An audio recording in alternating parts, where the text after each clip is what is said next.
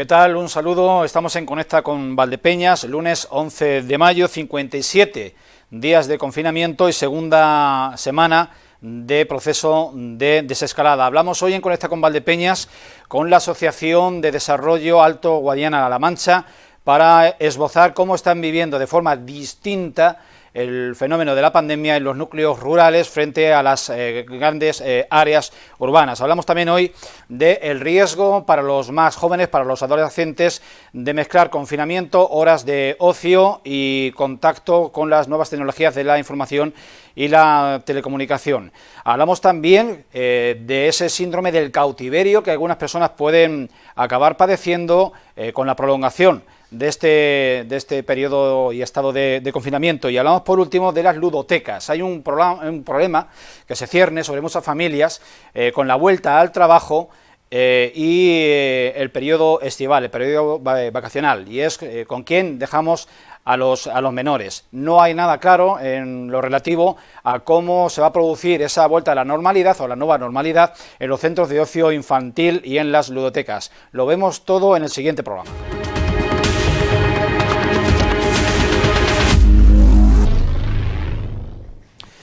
En las comarcas rurales, la pandemia, la crisis del coronavirus se vive de una forma distinta. Desde luego el impacto sanitario es radicalmente menor que en las grandes zonas urbanas y la parte económica o socioeconómica del problema pues es, digamos, distinta. En Conecta con Valdepeñas vamos a hablar ahora con el gerente de la Asociación para el Desarrollo Alto Guadiana Mancha, que es Agustín Alonso. Agustín, buenas tardes, ¿qué tal? ¿Cómo te encuentras? Hola, buenas tardes. Pues no estamos mal. La verdad es que de momento, en lo que se refiere a la salud, la cosa va bastante bien y a nivel de trabajo, pues seguimos trabajando de una manera diferente, es verdad, pero estamos intentando hacer lo mejor que se puede en estos días que son un poco confusos para todos. Uh-huh. Agustín, ¿dirías que el mundo rural es más vulnerable a un episodio como el que vivimos que las zonas urbanas o al revés? Depende de qué punto de vista lo mires. Como bien has dicho antes, en muchas zonas rurales la penetración del COVID ha sido menor precisamente por ese grado de aislamiento natural que tienen. Pero luego, si hablamos en términos económicos, yo creo que no solamente la crisis esta del COVID, sino cualquier crisis afecta de forma mucho más fuerte a las zonas rurales. Y eso se nota enseguida en todo, en el cierre de empresas, en la pérdida de empleo y lo más grave de todo, la pérdida de población, que es quizás el reto más importante que tenemos, el reto demográfico. Ahora volveremos con el reto demográfico, pero se decía, Agustín, si recuerdas, en la crisis de 2008 a 2012, 2013, que los Sí. pequeños núcleos rurales, precisamente por depender de la agricultura y porque la agricultura, tanto entonces como ahora, funcionaban y funcionan al 100%, pues son más invulnerables a este tipo de, digamos, de ataques, de problemas, de graves problemas.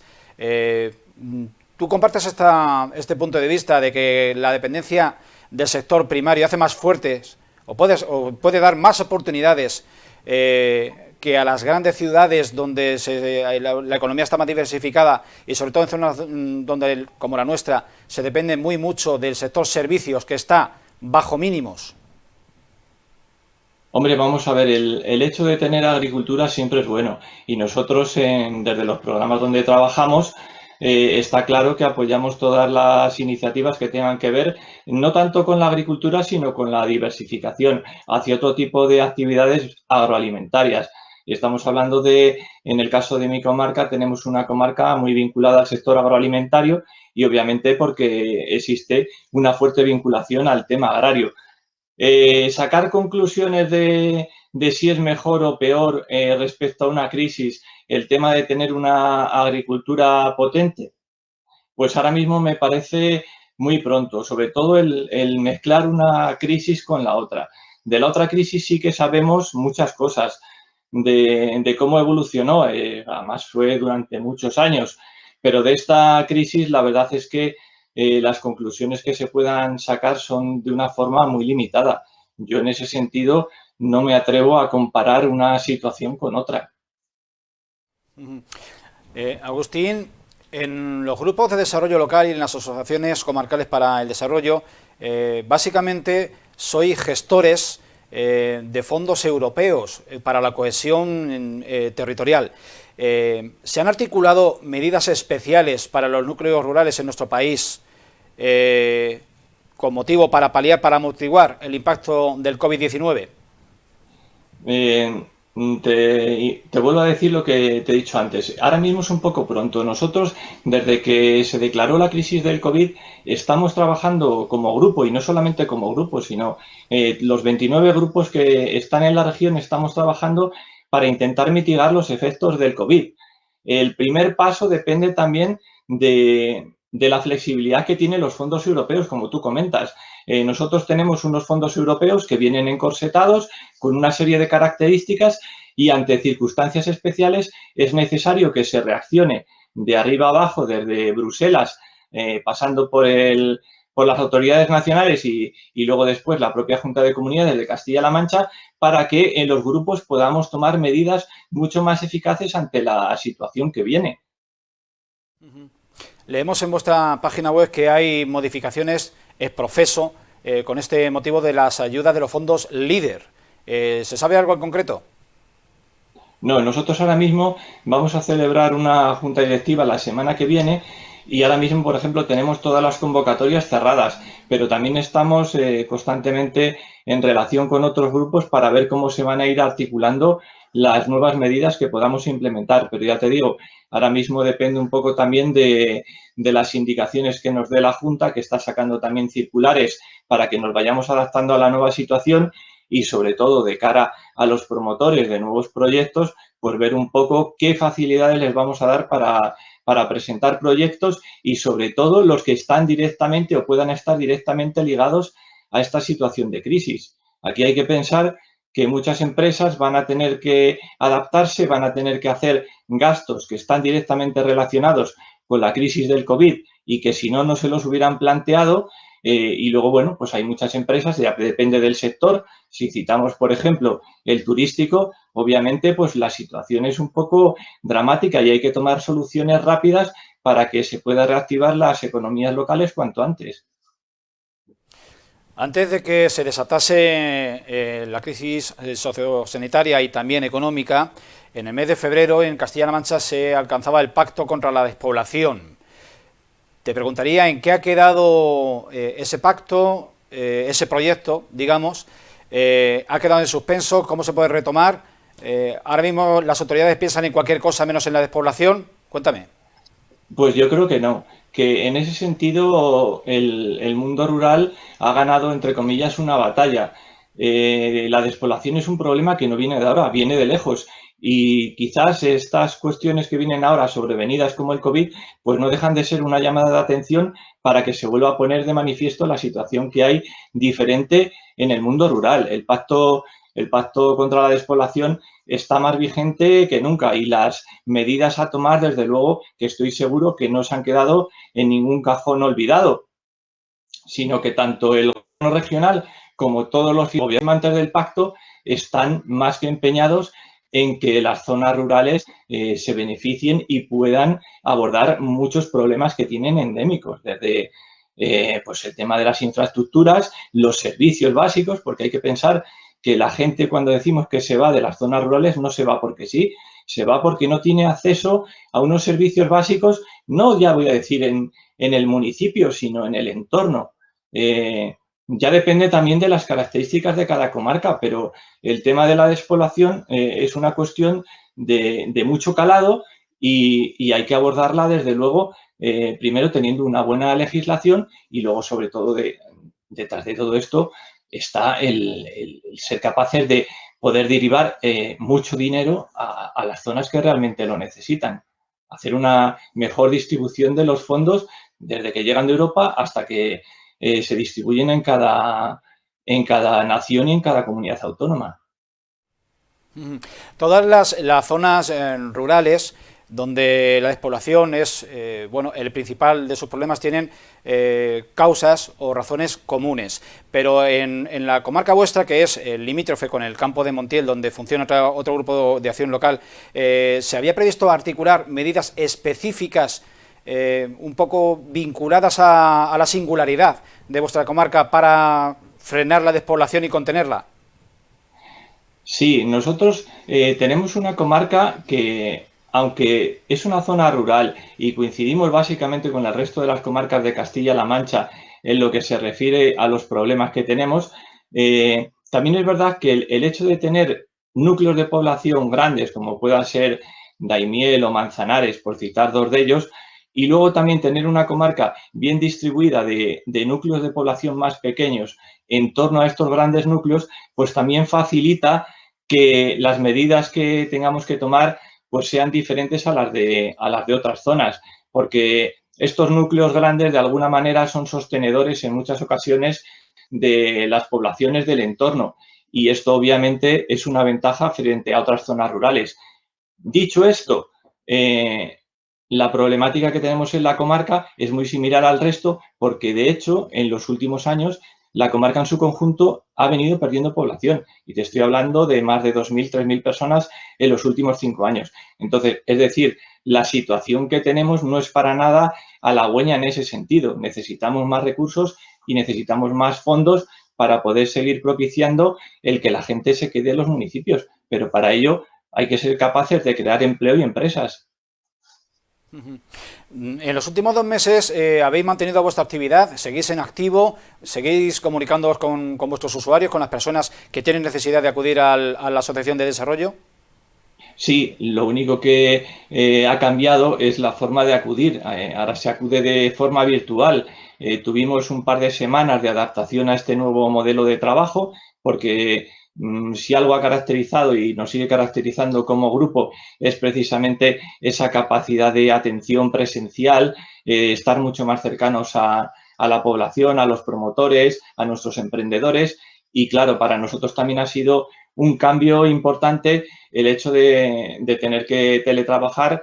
Prácticamente todo lo que hacemos ahora mismo es teletrabajo, pero nos hemos adaptado bastante bien. Hay que decir la verdad que nos hemos adaptado de forma rápida. Enseguida hemos hecho duplicados de toda la información. Podemos trabajar desde casa manteniendo la oficina abierta porque estamos con los ordenadores conectados. Y luego a los promotores, desde el principio se les ha dado la opción de la atención telefónica, por WhatsApp, por correo electrónico. Es decir, que nosotros estamos funcionando lo más normal posible. Y la última etapa que nos quedaba era superar el tema de cómo celebrar una junta directiva. Pues recientemente también la Junta de Comunidades nos ha mandado unas instrucciones bastante claras para garantizar la validez de cualquier decisión que se tome en estas juntas directivas. Agustín Alonso, gerente de la Asociación de Desarrollo Alto Guadiana Mancha, gracias por acompañarnos en Conecta con Valdepeñas y os deseamos lo mejor. Gracias. Pues muchas gracias a vosotros.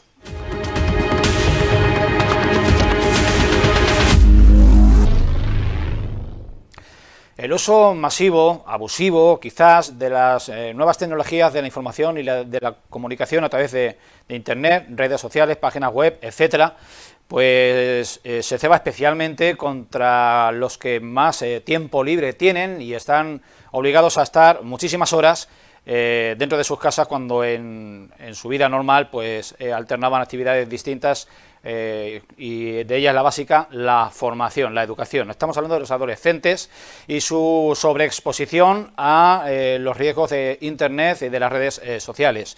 Tenemos con nosotros en Conecta con Valdepeñas a Cipriano Galindo, que es psicólogo de la salud y máster en neuropsicología. Cipriano, ¿qué tal? Buenas tardes y gracias por acompañarnos. Hola, buenas tardes. Buenas tardes, Julián, ¿me oyes bien? Sí, perfectamente, perfectamente. Te oímos y te vemos, y además saludable. Habría que empezar siempre hablando de la salud, pero en tu caso salta a la vista. Cipriano, ¿corroboras que el exceso de tiempo libre y para huir del aburrimiento se acuda en exceso, tanto adolescentes como no adolescentes, a Internet y sobre todo a juguetear con redes sociales todos los días? Exactamente, vamos a ver. Estamos viviendo una situación bastante compleja, una situación única que no se nos había dado hasta ahora y bueno, que nos está poniendo a prueba en muchos aspectos. Y uno de los aspectos en los que nos pone a prueba es en cómo podemos ocupar ese tiempo, este exceso de tiempo que tenemos para poder sobrellevar mejor la situación, ¿no? Y se nos da la circunstancia de que efectivamente las nuevas tecnologías, las redes sociales, los medios de comunicación rápida, como puede ser WhatsApp, Facebook, Instagram, pues hombre, nos están ayudando mucho a sobrellevar esta situación. Pero todo lo que tienen de positivo también se puede volver en nuestra contra, pues a la hora de abusar de ellas, ¿no? De abusar de ellas, sobre todo enfocado hacia los jóvenes. Los jóvenes tienen una particularidad y es que no tienen ese sentido de la vulnerabilidad que podemos tener los adultos. Ellos pues tienen una dificultad para medir los riesgos, ¿no? Tienen esa sensación de que a ellos no les pasa nada, ¿no? De que ellos pueden estar horas y horas delante de una pantalla y que no va a ocurrir nada. Entonces sí, efectivamente hay que medir mucho el uso de estas nuevas tecnologías, sobre todo en los adolescentes, porque lo que ahora es positivo, porque, bueno, incluso puede llegar a ser una medida de estimulación cognitiva, ¿no? Pues el tema de los juegos, de saber controlar los juegos, de las estrategias y demás, pero una cosa es pues a entretenernos, un momentito de ocio, y otra cosa es que llegue a provocarnos una adicción, Julián. ¿Qué precauciones dirías que debieran de tomar, de asimilar los adultos que tienen en estos menores a sus cargos para prevenir esta amenaza, este riesgo?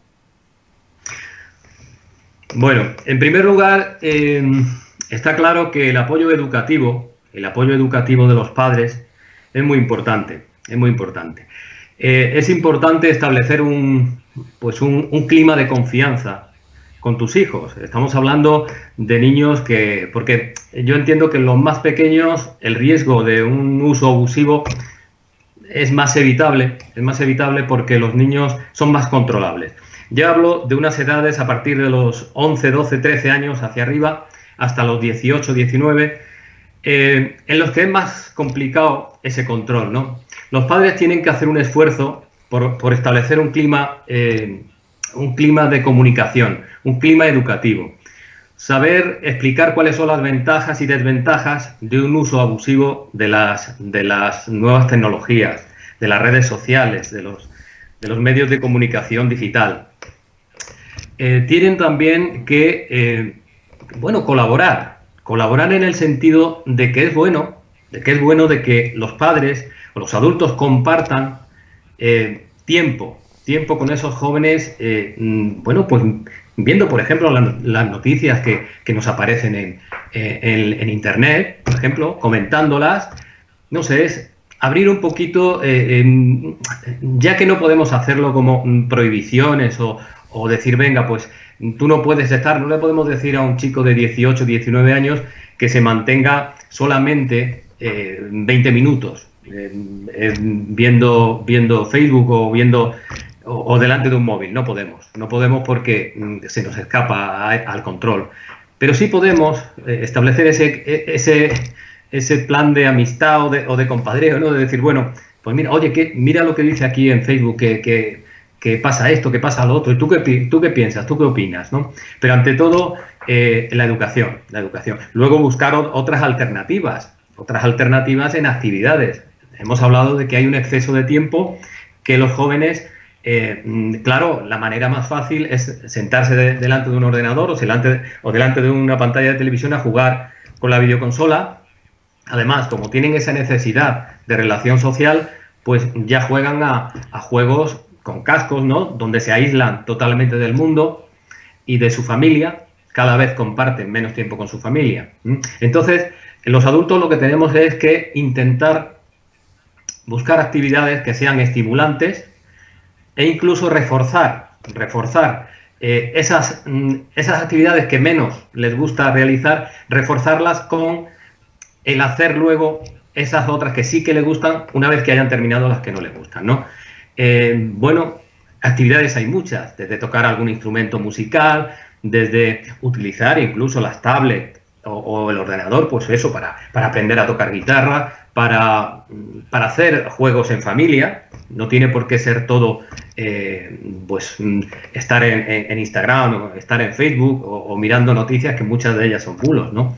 Entonces yo creo que debemos hacer un esfuerzo y sobre todo, planificar unos horarios.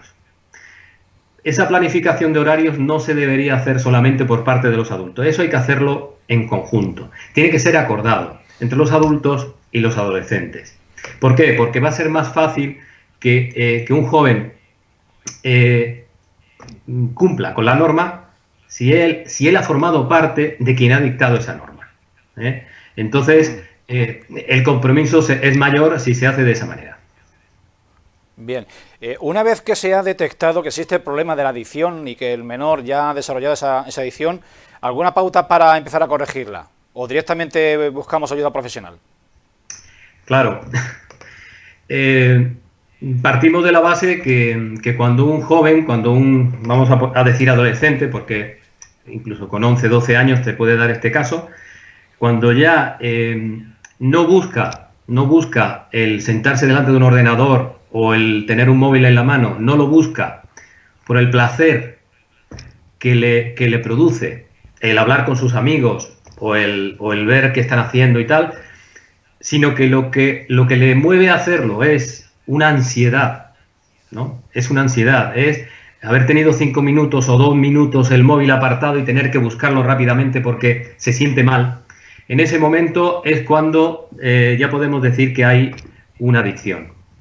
Cuando se presenta esa adicción con los síntomas típicos de que los niños o los jóvenes están mucho más irritables, tienen muchos cambios de humor, tienen menos capacidad para soportar la frustración, por ejemplo, cuando se nos va la señal de internet, montan en cólera, cuando no pueden estar sin el móvil incluso comiendo o cenando, cuando el adulto le dice deja el móvil que estamos comiendo, pues se enfrenta al adulto. Son síntomas de que hay una adicción. En ese caso, Julián, está claro que hay que buscar ayuda profesional. Hay que buscar ayuda profesional, a un psicólogo. Esto cada día, por desgracia, se está viendo más como lo que antes se pensaba que iba a ser todo positivo, que lo es. No podemos omitir todos los aspectos positivos que nos dan las nuevas tecnologías. Pero ¿todo se pensaba que iba a ser positivo? No. Nuestro cerebro funciona con un circuito de recompensa, como bien sabrán los espectadores. Y ese circuito de recompensa funciona con todo aquello que nos produce placer. Puede ser con una comida, puede ser con un deporte que realizamos o puede ser con un juego que juguemos en la videoconsola. Y todo ello nos puede llevar a una adicción.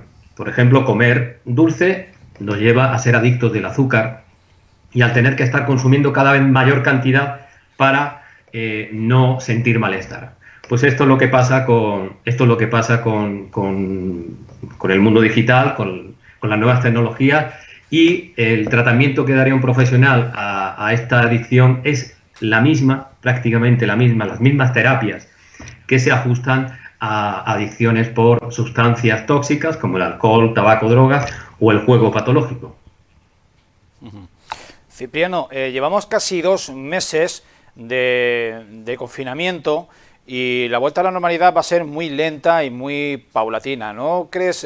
Hay que temer porque se genere una tendencia, una dinámica y que haya muchas personas que desarrollen una especie de síndrome del cautiverio, que les cueste volver a salir a la calle.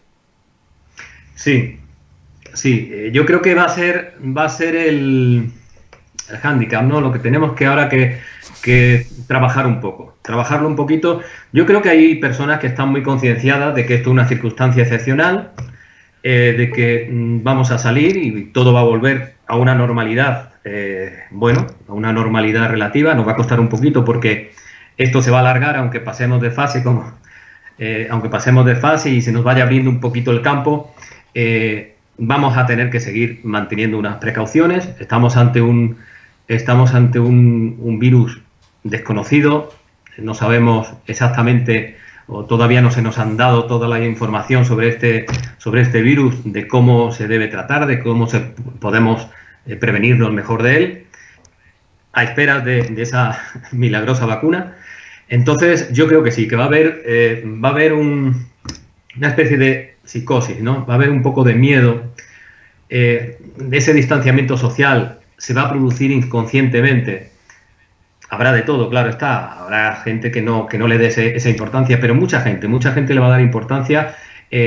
Vamos a esquivar un poquito a la gente. El hecho de llevar el rostro cubierto con una mascarilla psicológicamente afecta. Ya vemos aparecer a alguien con una mascarilla a lo lejos y parece que nos trae el virus hacia nosotros, ¿no? Es algo pues mental, es algo psicológico. Entonces, sí, yo creo que ese síndrome de cautiverio sí que se va a producir, sobre todo en los primeros días, las primeras semanas. Luego, poco a poco, vamos a ir retomando la normalidad. Y cuando pase un tiempo, pues esto será algo para recordar, pues tanto negativa, por supuesto, por la cantidad de víctimas que se están produciendo y también las consecuencias económicas que esto nos trae, y también para recordar de forma positiva de cómo somos capaces de enfrentarnos a situaciones límite, como es la que estamos viviendo. Cipriano Galindo, psicólogo de la salud, neuropsicólogo, muchísimas gracias por tu gran aportación a Conecta con Valdepeñas y nos vemos pronto. Venga, pues muchísimas gracias. A cuidarse, Julián. Lo mismo digo. Un saludo. Un saludo.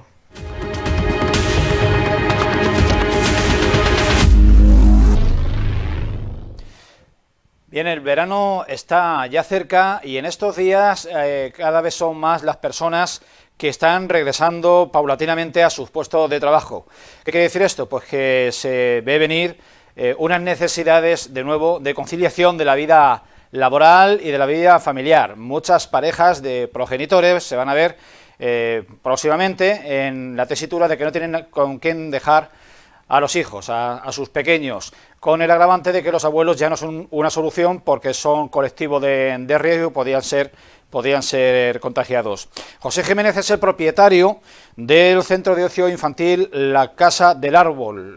José Jiménez, ¿qué tal? Buenas tardes. ¿Cómo te encuentras? Pues muy bien, buenas tardes, Julián. En vuestro caso, ¿a qué desescalada os vais a apuntar? ¿Con qué sector estáis asimilados? Las ludotecas, bueno, pues, o sea, no sé. Explícanos. Entiendo la pregunta. En la parte de infantil, de los centros de ocio, los centros de educación, bueno, pues no nos podemos acoger a ninguna fase de desescalada de momento, porque no hay ninguna normativa que nos lo autorice. De hecho, en el caso de los centros de educación infantil, sí que se mencionan en algún apartado de la ley, básicamente los niños hasta 6 años. A partir de ahí no hay nada escrito, nada pronunciado. De hecho, sí hay expresamente que cuando en la fase 2 y 3 de desescalada, ya hablan en los centros de hoteles, hostelería, hay una reseña donde matiza que, por ejemplo, los hoteles pueden abrir, pero sin tener acceso a las zonas comunes y a las zonas de ocio infantil, con lo cual matiza que no se puede.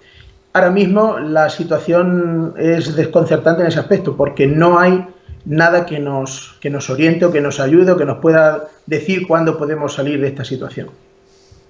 Estáis sumidos en la más absoluta de las incertidumbres. A uno le da por pensar, bueno, en los centros de educación infantil, guarderías privadas, sí que tienen alguna pista de cuándo van a poder ir o en qué casos pueden abrir y para cuántos. En vuestro caso, ni eso, tampoco son una referencia a los centros de educación infantil privados.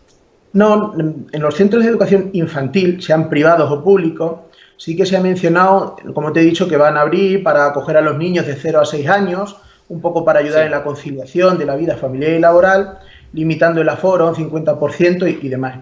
Pero claro, la situación tiene muchos problemas en el aspecto de 0 a 6 años y a mitad del aforo, Si yo tengo una clase de 15 niños y meto 8 ya es suficiente, pero esos niños, por el simple y mero hecho de ser niños, se van a abrazar, se van a besar, se van a tocar, van a intercambiar juguetes o material didáctico. Es difícil ese distanciamiento social. No quiero decir que sea muy peligroso, pero sí que es cierto que no puede haber esa parte de seguridad o ese distanciamiento que podemos los adultos, se supone que tenemos más conciencia de poder respetar. Luego salimos a la calle y es otra cosa, pero esa posibilidad es complicado. Y a partir de los 6 años, la tesitura es ¿qué hace un niño de 7 años? Si el papá y la mamá trabajan, ¿lo pueden dejar solo en casa toda la mañana? ¿O lo llevamos con los abuelos, que como tú bien has dicho, son el público más vulnerable de esta enfermedad? ¿O qué hacemos? ¿Los llevamos a la casa de alguien para que los tenga, con el peligro de que si alguien no esté cualificado o no tenga las instalaciones adecuadas, sin contar que esté dado de alta o no, la parte más legal a nivel laboral, sino la parte de seguridad? Ni los juguetes ni las viviendas normales están preparadas para que los niños puedan jugar libremente. En el caso de la Casa del Árbol, ¿cuántos puestos de trabajo están un poco en el aire? Bueno, pues el día antes de cerrar, la Casa del Árbol tenía 5 personas, 4 personas ajenas y Nuria también como trabajadora autónoma del centro. Ahora mismo está todo el mundo o en ERTE o en la parte de desempleo. Tuvimos que tomar una medida drástica al principio, mantenemos en ERTE a la mitad de la plantilla, a 3 en concreto, y el resto pues no se pensó mejor así, que tuvieran su prestación de desempleo. Cuando volvamos a la normalidad, pues volveremos a contar con ellas. Claro, el equipo estaba ya bien preparado. Anticipándoos un poco a lo que puedan deciros las autoridades, ¿tenéis alguna idea de cómo podíais llevar a cabo la reapertura? Sí, si de vosotros dependiese y os preguntasen a vosotros en la Consejería de Sanidad, oye, ¿cómo podríais abrir que no os comportéis un riesgo? ¿Qué idea tendríais? Bueno, pues como esto ya se está alargando mucho, nos ha dado mucho tiempo de pensar, hemos consultado con personal sanitario, hemos consultado con la empresa de prevención, el servicio de prevención ajeno de la empresa, hemos hablado con empresas de seguridad y un poco basándonos en eso y en lo que hemos estado investigando, teníamos ya preparado, está preparado desde hace ya un par de semanas, qué es lo que vamos a hacer sí o sí el día que tengamos que abrir. Y si quieres te lo digo rápido. Sí, por supuesto. Sí, pues mira, lo primero que hay que hacer es una cartelería informativa, tanto para el personal interno como para los usuarios. Una formación específica para los empleados, que ya la tenemos en marcha por parte del Servicio de Prevención Ajeno. Limitar el aforo al 33% o un tercio, como nos dicen, pasando de unas 125 personas, que es el aforo de la Casa del Árbol, a 40. Limitar la zona de la entrada, en lugar de que puedan pasar a varias familias, pues hacerlo de uno en uno. Desinfectar frecuentemente con una disolución de agua con lejía, puerta, entrada, la recepción. Todo el control de acceso de temperatura de los usuarios. Intentar evitar que un niño que tenga fiebre, claro, sea por esto o por otros síntomas, si tiene fiebre, pues no sería propio o deseado que pudiera estar en contacto con el resto. Nebulizar con una solución de peróxido de hidrógeno, ya lo tenemos calculado y preparado todo, tanto los zapatos, antes de guardarlos en la bolsa, como incluso la propia ropa de los chicos. La idea es que todo el que esté en la entradita, antes de pasar dentro, no tenga ningún virus exterior. Si alguno lo lleva internamente, ahí poco podemos hacer, pero por lo menos exterior, que esté muy controlado. Tenemos un equipo de ozono funcionando desde que abrió el centro, y eso seguirá estando en marcha. La parte de hidrogel, tanto en la entrada como en la zona de la sala de cumpleaños y las actividades. No se pensó con este motivo, pero cuando se hizo la obra de la Casa del Árbol, tenemos un sistema de renovación de aire que renueva 3 veces por hora todo el aire del local. Pues bueno, tener esa ventilación forzada para ir renovando constantemente. Se han recogido todos los juguetes pequeños, todas las bolas, todos los juguetes que son susceptibles de que un niño más pequeño se pueda meter en la boca y luego poder compartirlo con otro, todo se ha recogido. ¿Qué se ha dejado? Los juguetes grandes, el parque, toda la zona de audiovisuales, porque eso es fácil de limpiar, porque diariamente hay que limpiarlo, sí o sí, no hay otra opción. Promover el pago con la tarjeta de crédito para evitar el efectivo.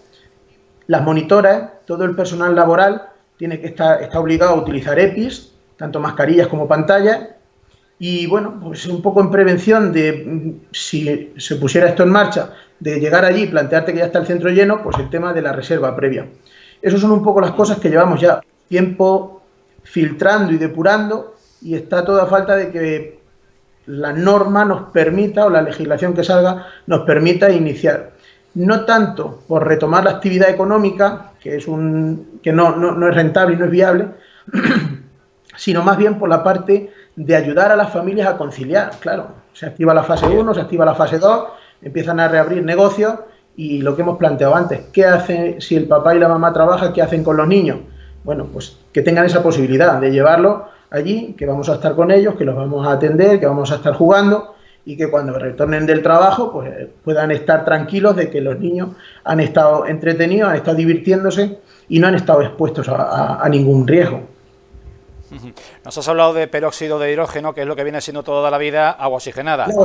Vosotros sí, ya tendréis la constancia de que es como desinfectante, es suficiente. José, de todas las medidas que has relacionado, ¿cuáles crees que han llegado para quedarse definitivamente?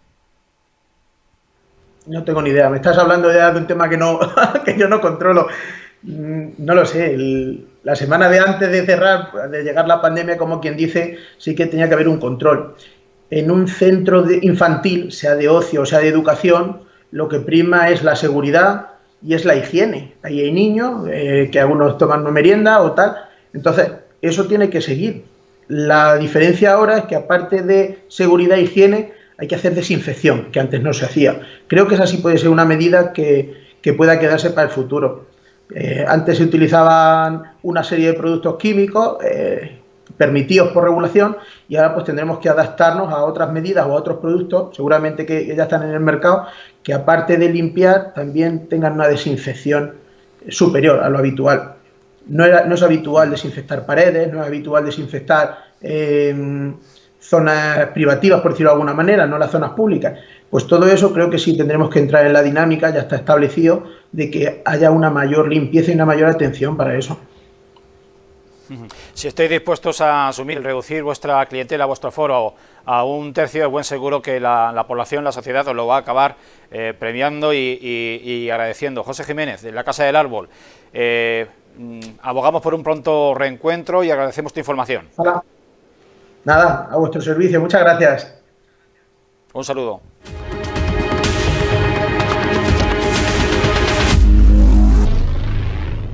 Esto ha sido todo en el programa de hoy. Nos vamos a despedir hasta pasado mañana miércoles y les vamos a dejar volver a disfrutar con esa exposición en la calle de pinturas inspiradas en la obra de Óscar García Benedí, que fue Balconarte. Con ello le dejamos y que lo disfruten.